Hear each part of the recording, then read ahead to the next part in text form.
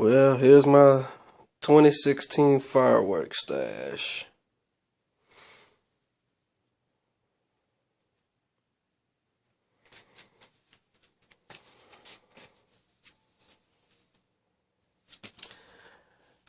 In total, I have spent about $2 grand,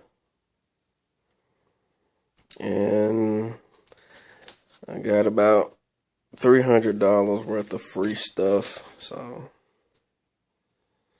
it all works out.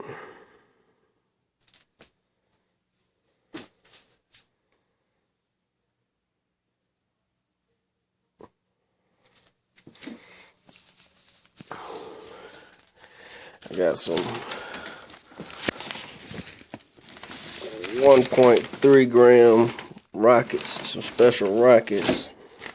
So check those out, see what they do.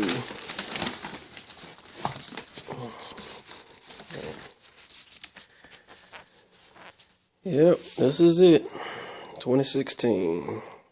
I got one more trip to make.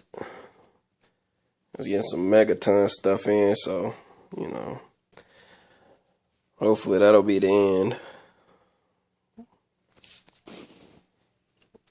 Rock on, my fellow pyros.